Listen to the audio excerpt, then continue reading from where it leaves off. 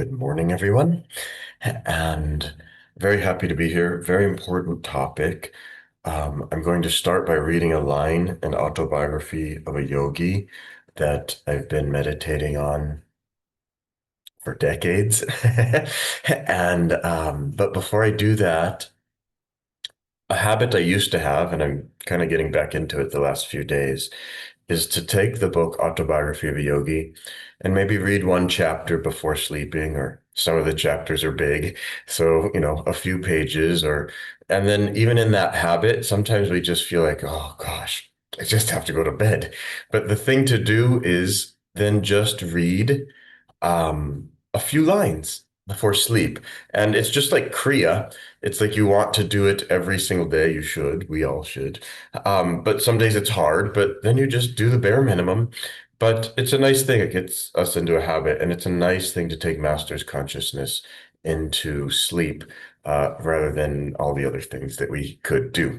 And why do I say all of that? Because yes, we could go the route of read one line and sit and meditate on it for an hour. And then, the guru in the forest says, "Have you understood?" And one person says, "Yes, I think so, master." And he says, "No, you haven't understood." Reads it again. "Let's meditate again for another hour on this." You could do that with this particular line, but the real way understanding is going to come is by receiving master's consciousness from all directions. Anyways, I highly recommend that people read this line again and again. It's from the chapter Experience in Cosmic Consciousness, which is a short chapter, which means it will be easy for you to find if you wish to find it. Okay. I'll read two sentences. I'll read just this one. By daily stilling my thoughts, I could win release from the delusive conviction that my body was a mass of flesh and bones, traversing the hard soil of matter. The breath and the restless mind I saw were like storms which lashed the ocean of light into waves of material forms: earth, sky, human beings, animals, birds, trees. No perception of the infinite as one light could be had except by calming those storms. And here's the sentence I was really trying to get to. As often as I silenced the two natural tumults, I beheld the multitudinous waves of creation melt into one lucent sea, even as the waves of the ocean, their tempests subsiding, serenely dissolve into unity. So what's the point here? Um, is the breath and the restless mind were like storms which lashed the ocean of light into waves of material forms. So basically, no perception of the infinite as one light could be had except by calming those storms. How do we go into samadhi? By learning to calm the storms of the breath and the restless mind. Master here says, by daily stilling my thoughts, I could win release from the delusive conviction that my body was a mass of flesh and bones. So what do we need to do? First, we'll turn off my torch. What we need to do is learn to still the breath and the restless mind. And the spiritual path is absolutely that simple. That if you want God, if you want samadhi, that's what you have to do. Still the restless breath and the restless mind. I didn't quote it properly there, but that's what it basically is. So, okay, we're like a novice yogi. We read that, we get all excited.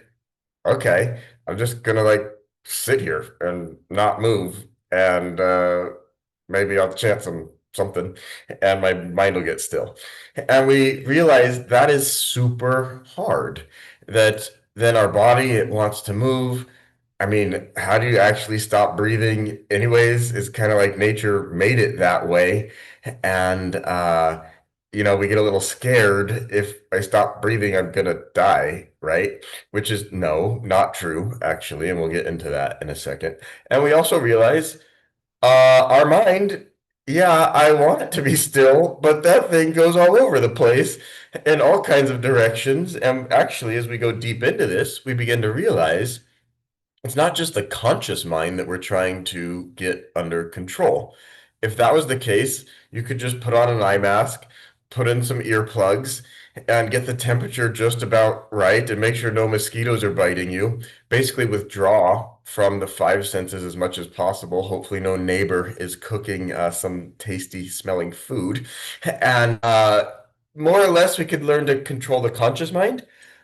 But still, one little, smell from the neighbor's food or one little sound gets through those earplugs, and boom, from the conscious mind, it sets off the subconscious mind, and that thing just goes nuts because it has incarnations of experiences that are unresolved and that we still have latent desires within ourselves that we want to do different things. Okay, so we've tried to sit down, and by the way, the Bhagavad Gita says that even highly advanced yogis get confused on this point, that they realize that the goal is to try to get very still. So they say, okay, I'm not going to act anymore. I'm not going to go out and work a job or serve other people. The goal is to get still. But Krishna clearly says in the Gita that that's wrong. Master, Swamiji, all of them, they say that does not work. And here's a very important point in all of this, that even though we're going to get very, very still, we actually have to raise our level of energy. We're not going to become more and more lazy and just fall asleep and pray to God that now I'm still.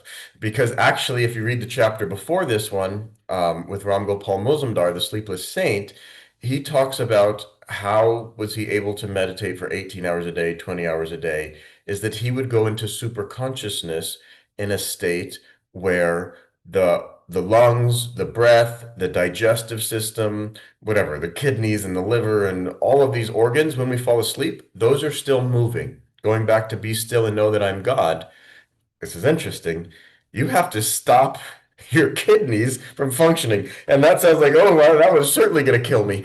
No, no, no. It's because we withdraw so deeply within that we don't need to breathe anymore. The blood does not need to circulate anymore. It doesn't need to get purified anymore. Actually, what we do with Kriya is we purify our bloodstream so much. That the heart doesn't need to pump it through anymore to be cleansed. And actually, what you're doing when you're breathing, the lungs are like a great big vacuum cleaner that are cleansing your bloodstream all of the time. And so I'm looking at this just on a physical level right now, and there's so much more to it. But the point, let's go back to Ram Gopal Muzumdar, was that we have to get still on every level. So it's not enough to just fall asleep and hope that we're going to be still. That we're talking about a very deep stillness here. And the point before that was we actually have to raise our energy in order to accomplish this. And this brings us all to Kriya, that we have to really then understand what we are doing with our energy. We have to understand that it is our energy that is making us actually breathe. And the more we can learn to control our energy, the more we can learn to control the breath. Master says, don't be in a rush to practice Kriya. Practice it very slowly. That means that we're going to learn to control our breathing rate and slow it down and make it go very, very slowly. It is said that you are given a certain number of breaths in this incarnation.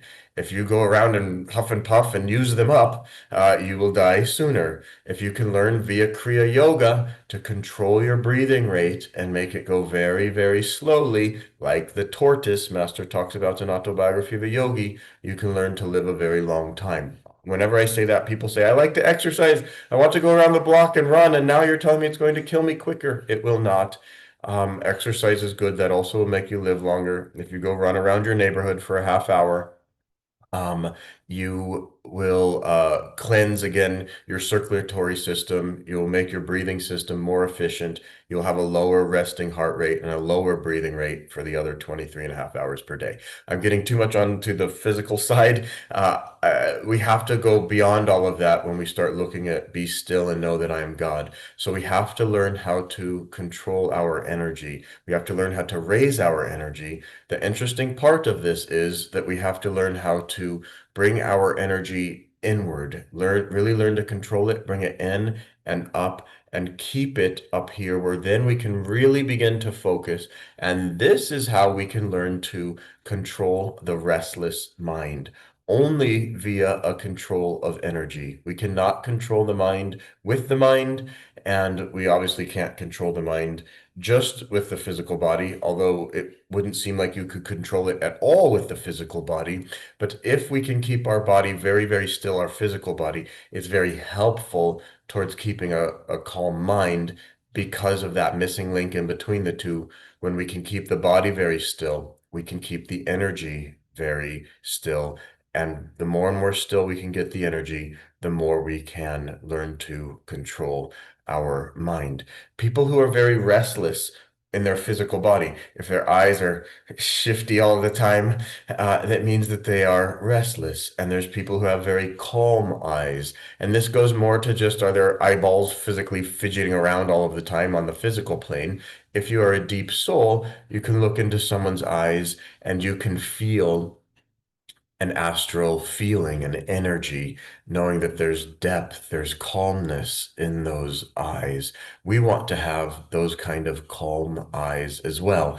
If your feet are always just have nervous habits and tapping around or whatever, that's also not good. Learn to pay attention to these things and learn to make deliberate, conscious actions that are smooth, and peaceful. And so, yes, we want to calm the physical body. Even when we are in this world, we want our actions to be deliberate and calm. But then when we sit for meditation, we certainly want our body to become, in Hindi, ekdam, absolutely still, that it cannot work if our physical body is dancing around and we're saying I'm in samadhi or whatever. I hope you all know the story of the man who told Master that he used to astral project and that he could go anywhere in the astral world. And so he told Master, he sat down and said, Master, I can go anywhere I want in the astral world. And Master said, "Oh, really? Show me." He said, "Okay." And he sat down, and Master said he could see his eyeballs were fidgeting all around, which Master knew right then that the man was not actually going into deep astral states because his eyeballs were fidgeting around and his breath was huffing and puffing. And so Master, said, "Okay, all right, tell me where you are." And the man said, "I'm on top of the dome of the Taj Mahal." And Master said, "There's something wrong with your own dome. I see you right in front of me. You're not there." And Master said, "Why don't we do an experiment?" They were in a hotel. Why don't you astral project down into the dining hall of this hotel that we're in and explain it exactly as it is to me?" And the man said, "Okay, I see whatever, a sofa and this or whatever." And Master said, "Okay, now I'll do this." And he got very, very still. He got his energy into the inside. He raised it up to the spiritual eye. He was able to look through the spiritual eye in the astral world and see exactly how it was, and then tell the man, "I see this, this, this." Then they went down there together, and Master was able to convince the man that he was just making things up in his own subconscious mind, that he was not actually seeing this. It's very important for all of us to do these tests as well, that as we develop intuition, test it. It's very important to test it in small ways before we have to rely on it on big, important decisions. But do understand, the more still we can become, well, the more we can listen. And true intuition is being able to listen to God perfectly. For a while, I used to be, this long ago, interested really in telepathy. And I began to realize that on this physical plane, if I'm talking, talking, talking, I can't actually be listening, that I need to close the mouth and stop talking so that I can actually listen, right? And I realized that that's on a higher level as well, that if I wanted to be able to hear somebody else's thoughts, and of course, willingly, if they wanted to project them, that uh, Sri Yukteswar says that he doesn't go into other people's minds if they don't give him permission. That's an important point on the spiritual path. Otherwise, it can get terrifying. But anyways, if I really, and by the way, I'm nowhere near advanced in any of this. I couldn't read anybody's mind, even if I really, really tried. But the point of all of this was that I realized, at least, and this principle is true, that if I wanted to be able to hear somebody else's thoughts, I can't be talking, meaning I can't mentally be thinking da da da da da da da da da. I have to learn to shut off the mind and just be able to listen very deeply. And all of that led me to a deep desire to want to meditate. I realized that I couldn't listen on a very subtle level. Master said of his foremost disciple that of Rajasi, the reason he's a good disciple is he knows how to listen. Anyways, these are advanced things and we don't need to spend too much time on them. Another important thing is the more restless that we are, the more that is a mark of worldliness. And I want everyone to memorize this, which is desires ever fulfilled, never satisfied, never fulfilled, ever satisfied. This means if we have 10 desires, let's just make it simple, for 10 different flavors of ice cream, and we're certain that's going to make us happy, and we rush off to the store, and that store only has 8 of them. So now we have to go to another store, and that one doesn't have the other 2, but it does have one. Now we get on our phone and start Googling and figure it out, and maybe in India we use this thing called Blinkit. I don't even know if Blinkit gives ice cream, or maybe we drive around to 3 more stores. Finally, we got all 10 of these ice creams, although 2 of them have already started to melt severely. But anyways, we get it back to our home and now we're ready to go. And we eat all these 10 different kinds. There's no way. What that actually does, you could try that. Well, can if you want. It's not that dangerous. Experiment. You'll realize that you just dream up 10 other different flavors, and now you have a desire for 20 flavors of ice cream. And in the process, you're huffing and puffing, running around this world looking for your happiness outside of yourself. But if we just say, oh, that's nice, but no thanks. I'll just offer that back up to you, God. I don't really want it anymore. And if in Kriya we can learn to really offer that and release it and let it go, we then can be actually really free. So, desires ever fed, never satisfied, never fed, ever satisfied. I want us to think about this also. If we want to be like Ram Gopal Mazumdar and be able to sit for 18 hours, well, that's a big goal. Why don't we drop that down? Let's say if we want to be able to even sit still for 3 hours, which Swamiji defines as perfect control of asana or asana. What is it that prevents us from sitting there? These thoughts come in. I want this kind of ice cream. The temperature is too hot. It's too cold. My neighbors are too noisy. When will their construction project finish? On and on these thoughts, why I can't do it anyways. It's too loud. I may as well just get up and eat some food. And we have to learn how to calm all of this down. And the absolute best way is through Kriya Yoga, of learning how to raise our energy, take control of these currents of the life force, bring it back within to where, and here's another important part of Kriya, is that we are bringing more and more energy to the brain, raising our level of consciousness so that we can read one line like this, or I should say paragraph from Autobiography of a Yogi, and it makes sense and we can understand it. So that, you know, there's some people you tell them you have this little character flaw or whatever. No, I don't. You don't know. I never do that. And okay, sometimes I do that, but you would do it too if you were me. And I, because of this, and you tell someone who's has a very high consciousness, I think maybe that wasn't the right action. They'll analyze themselves. You're right. Thank you for telling me that. I will work on it. I hope that I won't be able to do that again, but I will work on it. You're right. And that's it. It's the end of the matter. What's the difference? One person has a tremendous amount of energy flowing to the brain, flowing to the spiritual eye. The other person is very dull and vaguely aware, does not have a high consciousness.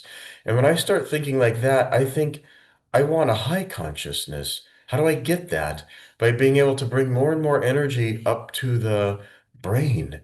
And Swami Kriyananda obviously was a very high model for all of us to be able to live with a high consciousness. And we have to attune ourselves to his consciousness, to Master's consciousness. It's not enough to read Autobiography of a Yogi once, that we have to do it again and again and continue to practice Kriya and continue to be in tune in all ways. And the acid test of whether we are in samadhi or not is, can we go breathless? Last point I have time to make is we're not going to huff and puff and do Kriya and then magically one day it's our final Kriya and Now I'm breathless and I'm in samadhi. That what's going to happen is slowly, slowly, even within one Kriya practice, the breath gets slower and slower. We start merging more and more into the Sushumna with each Kriya. And then we do our Jyoti Mudra and we come up and we hold the energy for a long time at the spiritual eye. And we feel there's not a need to breathe. This same thing can happen if we go very deep into the Om technique or into Hong Sa. And we begin to realize gradually that this breath is just a dream breath. Master said, practice Kriya until breath becomes mind. I don't know who high T. Well, I mean, you don't want to do this, but go in a lake and sit under there for 5 minutes. Now that's a bad experiment because if you don't know, at some point you're and you'll take in a bunch of water, and that'll be the end of this incarnation. But you can hold your breath. When you do Jyoti Mudra, if you could sit there for 2 or 3 minutes without needing to breathe, then you'll know. But here's where people get off track when I say something like that. What Kumbhak is actually learning to control the inhalation and the exhalation and learning to merge that into the Sushumna, where then now that the energy is not in the Irda and Pingala, there's no more compulsion to breathe. Let this be a happy, natural process that happens via Kriya rather than trying now, okay, gotta be still, gotta hold that breath. It will not work that way. Naturally, Kriya is going to teach us what it feels like to withdraw the energy from Irda and Pingala and merge it into the Sushumna. When we are deep in the Sushumna, that then we are in our astral body, and your astral body, it doesn't need physical breath anymore. Slowly you will know as we get more and more in tune with our breath, and we're able to feel that there's not a desire, a deep need to breathe. But anyways, you will make your own journey into figuring out how to go within, how to still the breath, how to still your feelings, your emotions, and ultimately how to still the mind. And this is going to happen for all of us, that it is our destiny, and we can work with Kriya, we can work with the grace of the masters, we can speed that destiny up. And the journey, make sure that it's fun. If it's not fun, you're done. You won't be able to force yourself to do all kinds of kriyas and everything if you're not enjoying it. So go slowly, but keep going. Enjoy the process and make it back into that eternal space inside of yourself that is completely still. I didn't even get a chance today to talk about how time can disappear. Hey, we'll be together tomorrow in 1 week, so maybe I'll throw that in there if I remember. But when time and space are basically delusions, and learning how to stop movement shows us how to do that. If I remember, I'll tell you guys next week. Thank you all. It's been a great joy. Please explore this topic in your own mind, in your own way, by studying the teachings and practicing your Kriya Yoga. Let's just wrap up by visualizing this planet, and we'll close with a healing prayer. Obviously, this planet has a lot of hot spots on it, a lot of places that need Master's light. Master's prayer, visualize people in need, praying to God and God's light coming and changing their lives and helping them, and them drawing that by their desire to want God's help.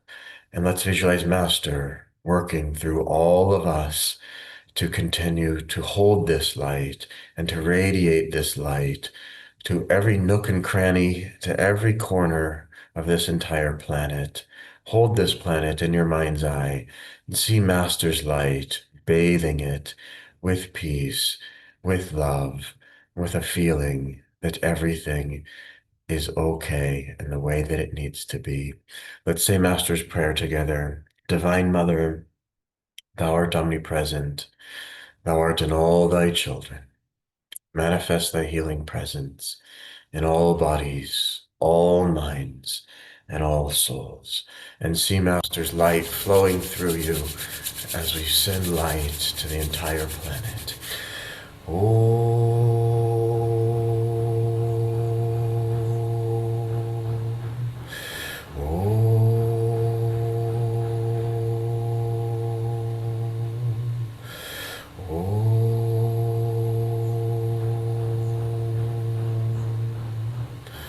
Shanti, shanti, shanti.